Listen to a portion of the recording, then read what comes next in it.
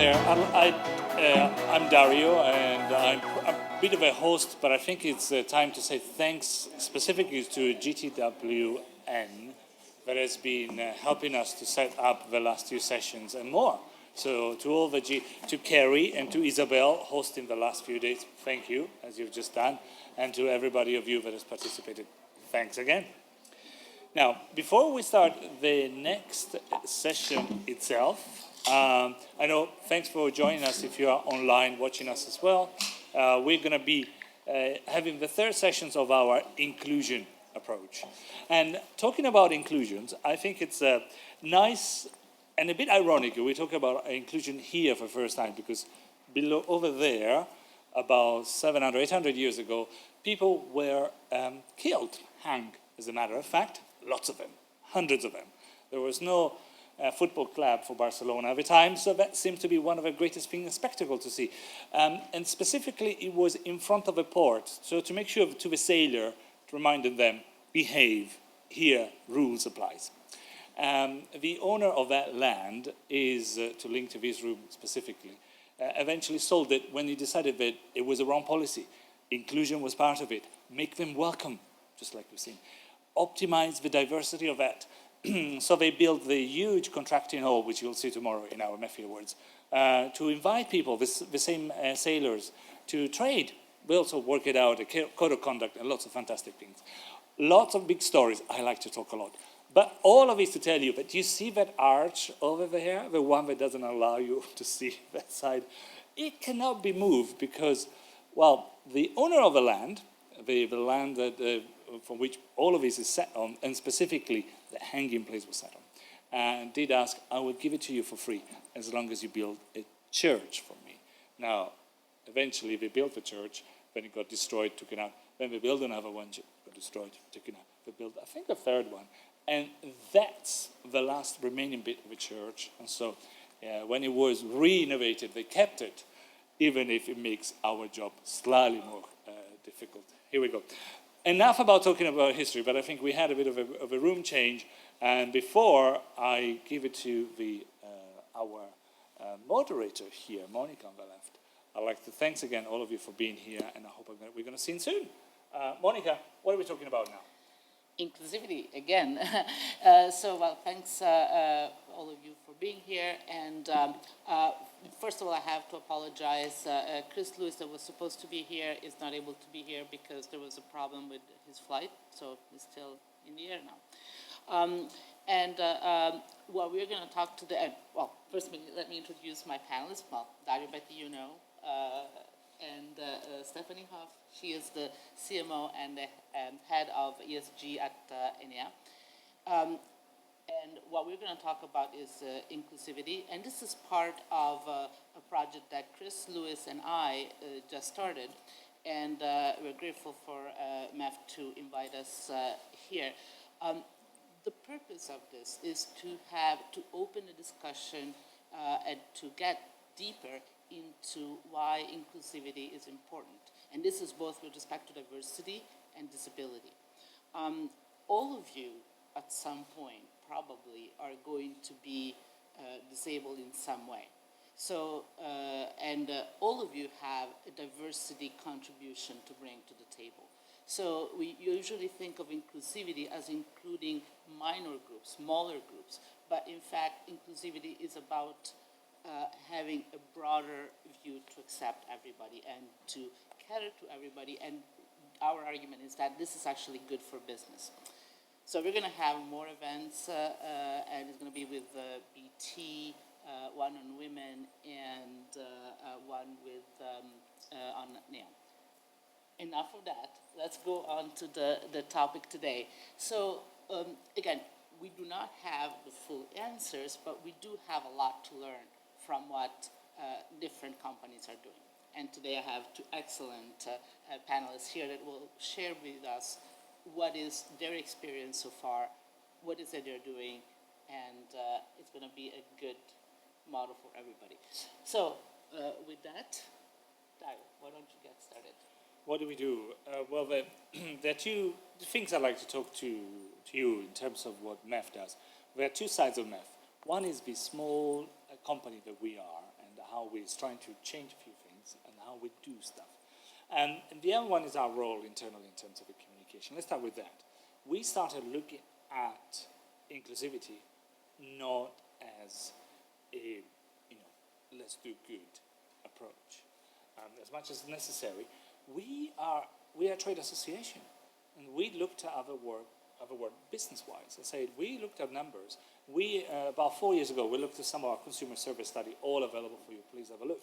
And it turned out that a lot of people were not included in the smartphone revolutions. And we turned out, older people, women, older people. I said, well, why is that? And then it turned out that we looked at it and said, it must be, that's probably my perception immediately, it must be in countries where there is no economics, where there is no power. Turned out the highest level of women, older women specifically, not having smartphones, is in Germany, in France, places with fantastic numbers. And then you wonder, why is that the case? Well, there is a perfect reasonable answer we seem to find out, they have access to other things as well. But yet, it could also be a question of inclusivity. How well are these services designed for them? If they prefer to walk down the street, go, wait outside, maybe then knock and go to the bank rather than use a mobile bank on their mobile phone, is it that difficult? Why it works in Indonesia or Japan, but not there? So that we thought it was a great opportunity for us and industry and says, can we do our job better? Are we forgetting that there is a very good, sizable element, even a rich and wealthy part of the market that is not part of an industry? And surprisingly, we talk to a lot of you out there, see some of your faces, that are working into multiple devices, multiple solutions that work across SMS, voice, anything you might have. That's already out there. So why is it not working? Why is it not working for people like me that cannot see perfectly, or maybe people cannot see anything, or cannot hear? We are leaving a lot of the potential on the table. So that's what we've been doing. Sorry, long answer, but I'll stop. What about within that? Well, within that, then we did two things. We asked Chris to write a report because he had done a magnificent report, Chris Lewis, 402. So we rehashed it. Fantastic. And we went there. The first question that I got from him, I said, can you send me what you've done about all of these great consumer studies and so on? I said, yeah, I've sent it to you. It's in a PDF. And then he went, you know what? If you don't know Chris cannot see it. So I said, that's not going to work for me. And I said, if you send me in a Word document, I could have it read it out, but there is no translations on there. And I thought, oh, damn it, I'm part of a problem. I'm not part of a solution. How do I change that? Surprisingly, having Chris as a good source of information was a good start. We now have a new website, or we are working on a new website. Apologies. Small company, takes a long time. But guess what we did say? They said, we want to make it accessible. And they went, we like that. The agency really liked it. And surprisingly, it's not more expensive. It's not much more difficult. The tools are out there. It's the processes and understanding, making it a priority that makes a difference. And so you are now my witness of a new website better be much more accessible. And if it's not, we'll hear from Chris, we'll hear from you, and you will tell us. Absolutely. And I think that two important things is one is that this is not, it is good, but it's not for, it's a necessity, it's not really a choice at this point. And it's not that hard if you start thinking at the beginning. If you just want to make everything accessible after it's a mess, that's much harder. So, Stephanie, you had experience both from the operator point of view, vendor, so you've seen it all. And what is it you're doing now? What am I doing now? How did you learn and what are you changing now? Yeah, exactly. So my name's Stephanie Huff and I'm currently working in a smaller or mid-sized software company, ENEA. We work with software for cybersecurity and telecom core. So it's probably about as nerdy as you can get. And I spent 25 years before that working in different countries with Ericsson and then also with Telia. And so over the course of those different companies and countries, it's been interesting to observe the different approaches to corporate culture, of course product development as well. But I thought today it's probably quite interesting to think about how you create a work environment and a culture that not just attracts but also retains people. And I think if I reflect back to probably the first diversity initiative that I worked on when I was a lot younger, and before I had kids, and I was concerned about why we didn't have so many women. And when I started working through and talking to all the people in the office about what they needed, what I uncovered at that time was that there were people in completely different circumstances. Some were people that wanted to go and study part-time. There were people that had, elderly parents they had to care for. And what was interesting was the accommodations that everybody wanted were actually fairly similar, but they were very individual. Whether it was flexibility of work, whether it was, the ability to take, an extended break, to not have to travel, etc. And also, access to sponsorship, I think, came through quite a lot as well. So when I sort of reflect on where I am now, and now I'm it's a software company. We build software products, and I'm also quite close for personal reasons to the area of neurodiversity now. And if you look at the statistics, anywhere between possibly 15-20% of the population has a neurodiversity in some form. If you go to the software industry, you can probably triple that. We know diagnosis is still quite behind in many countries, but if you assume that were true, and then you say, well, how do I attract and retain people into my company? And you ask women in the company, or you ask people with different age profiles, or people that are working in a country that is not their native country, or you talk to someone with a neurodiversity requirement, you do start to see that there are some threads that we can pull together that make a culture more inclusive than others. And I'm not suggesting it's easy, because it's super individual, but there are some ways that you share information, ways you run your meetings, the way you decide to solicit ideas and feedback. There's some very practical things I think that we can do once we talk to people individually that can make a company more inclusive than perhaps companies that are driven by energy and personality and extroversion and immediacy. I think there's definitely something for us to think about there, and I'm happy to expand on it a bit later. But yeah, and I guess and I think came up in the previous panel is like, okay, so you have two general issues. You need to get the people, hire them, find out where they are, and ensure that you have diversity. But then you need to make sure that you retain them.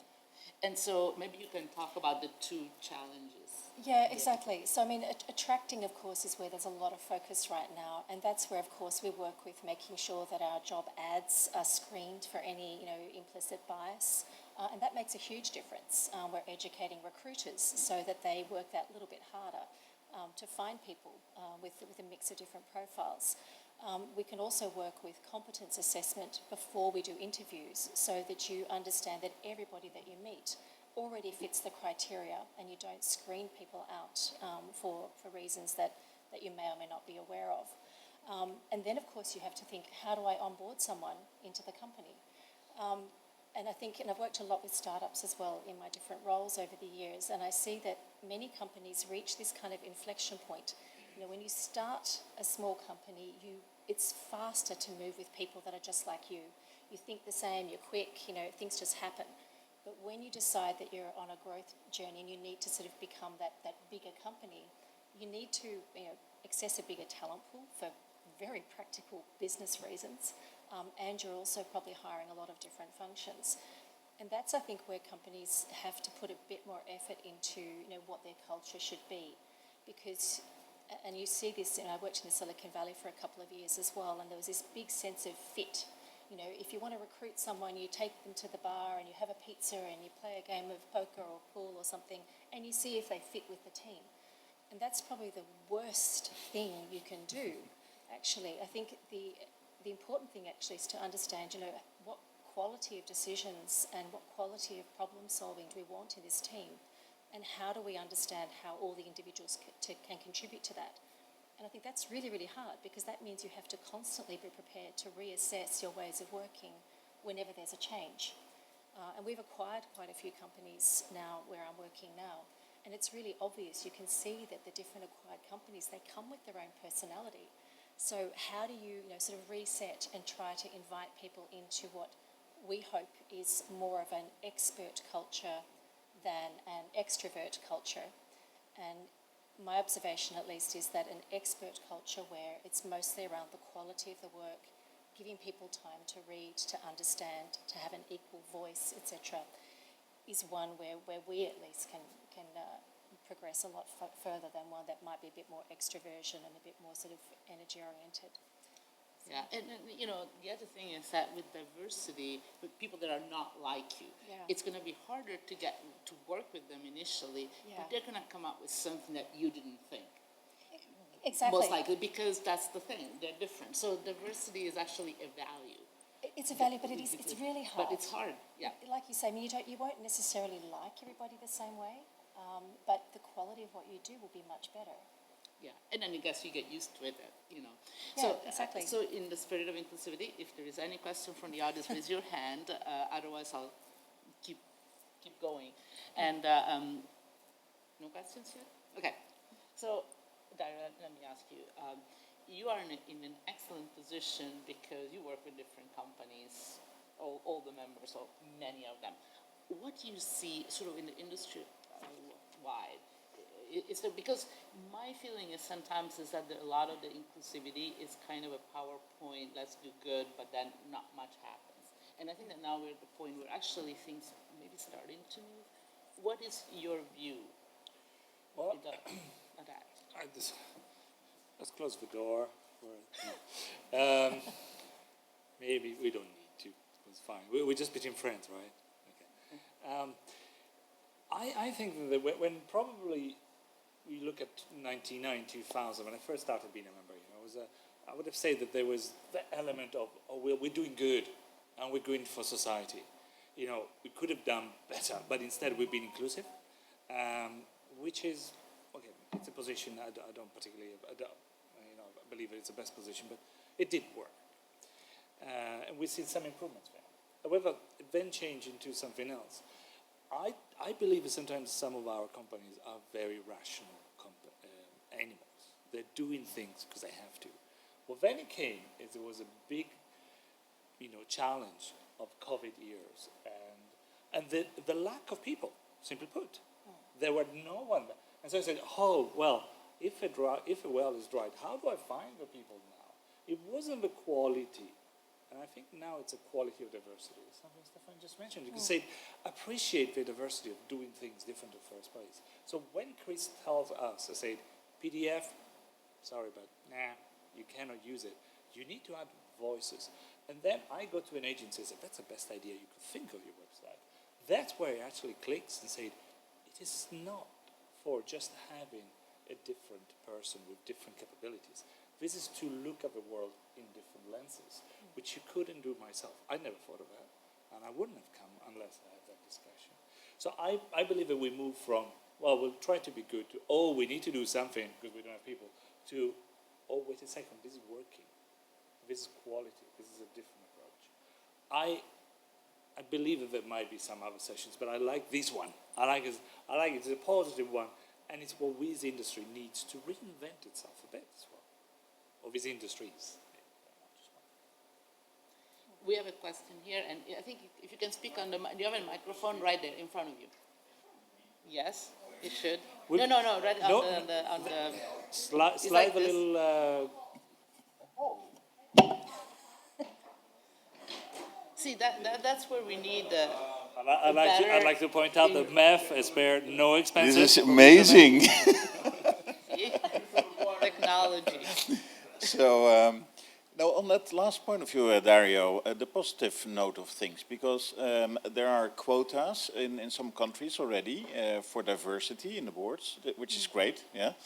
But recent research from one of the INSEAD professors on decision-making, Siddiq, has shown that this decision-making process in management teams and in boards is better when the board is more diverse. So maybe we should be more clear in our industry as well that it helps. It is bringing to what you say a better result. So not the negative point, we need to do it to feel good or to deliver to the quotas. No, it actually brings you up to a higher level. That's what I wanted to mention. Yeah, I mean, I think that they did it like for women, so if they have the number of women on the board correlates with higher profits, and this is just one dimension, obviously. So yes, if you do it properly. So, and I think that the issue with quotas is if you just apply the quota, it's easy to just fill the check, but you need to do the, the longer term approach. Any other questions? And you know where you have a mic. There we go. Can you hear me? Great. Yes. Hello, my name is Christopher. I had a question, again, going off a little bit what Dario, you were saying, and also Stephanie. How much do you think is it a structural issue within companies? In the last panel, we heard, the question about hybrid working, and, they said, we just want to be given the choice to decide what works best for us, as opposed to having always a company-wide policy and controlling every single bit of the puzzle. So what does that play in or prevent companies from actually having an authentic inclusion and diversity policy as opposed to just letting things develop organically, naturally? Yeah, I can comment on that actually, because I think you've hit right on one of the biggest challenges, because I think most aspects of inclusion is quite individual. No two people are the same, and everybody, of course, wants to have the flexibility to work the way that works best for them. But in management and as a company as well, we see that there's also value that if people get to know each other, they get to trust each other. If you're very new in your career, you might want to build your network, etc. So it's quite challenging, I think, to be able to give everybody absolute freedom to work wherever they like. Because I'm well established in my career, I could work from home and it wouldn't make any difference. But if I don't turn up, then maybe someone who's younger or someone that wants to learn different skills is robbed of an opportunity.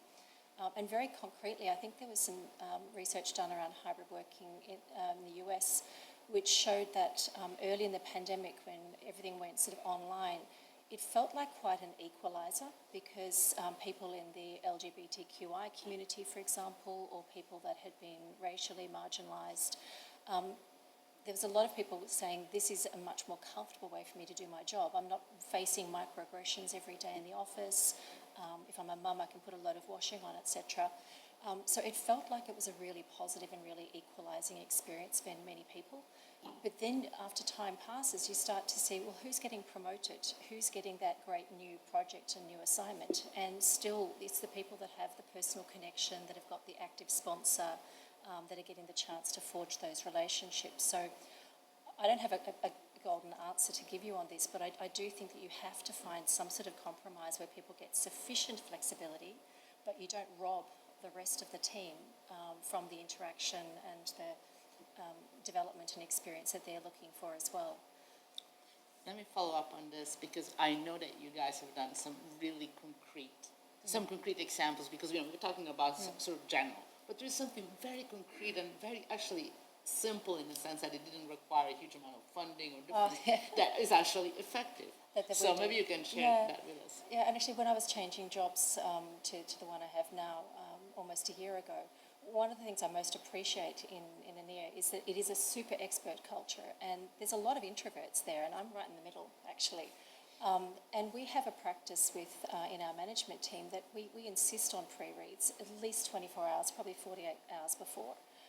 We run our meetings in a very structured way, and we always make sure that everybody has a chance to speak. I mean, it sounds ridiculously simple. And we also, it can be challenging if you're a sight impaired, but if you're hearing impaired or junior, etc., also using the chat function in Teams or using the breakout functions in Teams gives you more tools to allow everybody to have their say. So super simple, basic thing that you would learn if you went to sort of any innovation course or whatever. But it has the effect of making sure that everybody comes equally prepared, knows what the agenda is, has something to say, and has a chance to say it. And it's surprising just how far that goes against all of the, dynamism and behaviours that can otherwise sideline or exclude people in a culture that perhaps might be a bit more sort of personality-driven or... Yeah, no, absolutely. And the thing is that we actually do have the technology. Yeah. Technology is not what really is stopping us. No. It's just a question to figure out how to use it. And, as I say, I think this is an excellent example of how you can do it. Or, you develop a website from the beginning to... Now, what about you, Dario? What do you see in terms of concrete things that we can do? To conclude on a positive note of like, let's just... On a positive note and fast. I think the positive note is back to what you were saying before about embracing as a philosophy the diversity. It can bring some quality. I like moderations as well. Of it cannot be that becomes a goal in itself, and we're fighting sometimes ourselves not to templating or stereotyping things, because that's not going to help us out together. You know, this is a company, we need to have a delivery, we need to have the schemes. What's the best way of doing it, etc. But I do look like the positive. That the cost of doing the new website, it's actually no difference of doing it one way or another. But the openness of mind, maybe, of starting something at the beginning and asking the questions. What else should I think of? How can it be approached different? This is me. What about somebody else? What kind of expertise I could bring in? I think that is what we need. And unfortunately, I tend to be the bad person that reacts and does lots of things badly, maybe. Fast. Take a breather. Take your 24 hours. Involve other people. Think of a project starting points in a wider context. I think that's what I hope is going to be my little learning from the last day and talking to you guys in general. Come and check on me later. Yes. Can I add one tiny comment on that? And it was from an experience when I was in Telia, because you just said, invite people and think early in the process. And one of the most effective things that we did in Telia was actually have advisory groups from within the organisation and also inviting experts from outside the organisation. So we had an LGBTQI council effectively advising us on how to have inclusive strategies. And we had a youth advisory council, etc. And for our product development, we also had a children's advisory board. So I think including people in the discussion from the beginning before you then think about your inclusive practices perhaps is what you're getting at as well. Start very early. Yeah, so we conclude with this Socratic note about, getting... So you try to include people, but to include them, you need to understand them and ask yourself, what does it mean to do it? And I think that this is a very positive conclusion. So thank you, both of you, and thank you all in the audience, live and online. Thank you so much. And it's my turn to say thanks to Monica from Senza Fili. Lovely working with her. I hope to see Monica much more in MEF now that we know you. And thanks again You to won't get Stephanie. rid of me. Yeah, no, very easily. We're good. But also, it's time to remind you a couple of things before you go. First is, we're not finished here. We're going to have some exciting news about the next of the sustainability topics. Going to get it taking over next, but we have half an hour for us to involve a bit of networking, a bit of socializing. You're very welcome to go upstairs, I think, where we have our drinks. Come back. I find this very good for my activity as well. I might lose some kilos. See, you might not need it, but enjoyed it. I was going to say Dario spoke for us. He conversed via SMS. Oh, he conversed. He has landed in Barcelona now. So maybe he's going to be here for the reception. Apologies, he couldn't make it again. Here we go, for the beauty of the technology. And now, let's converse upstairs, and we'll reconvene here in half an hour, and we talk of important things on sustainability. Thank you.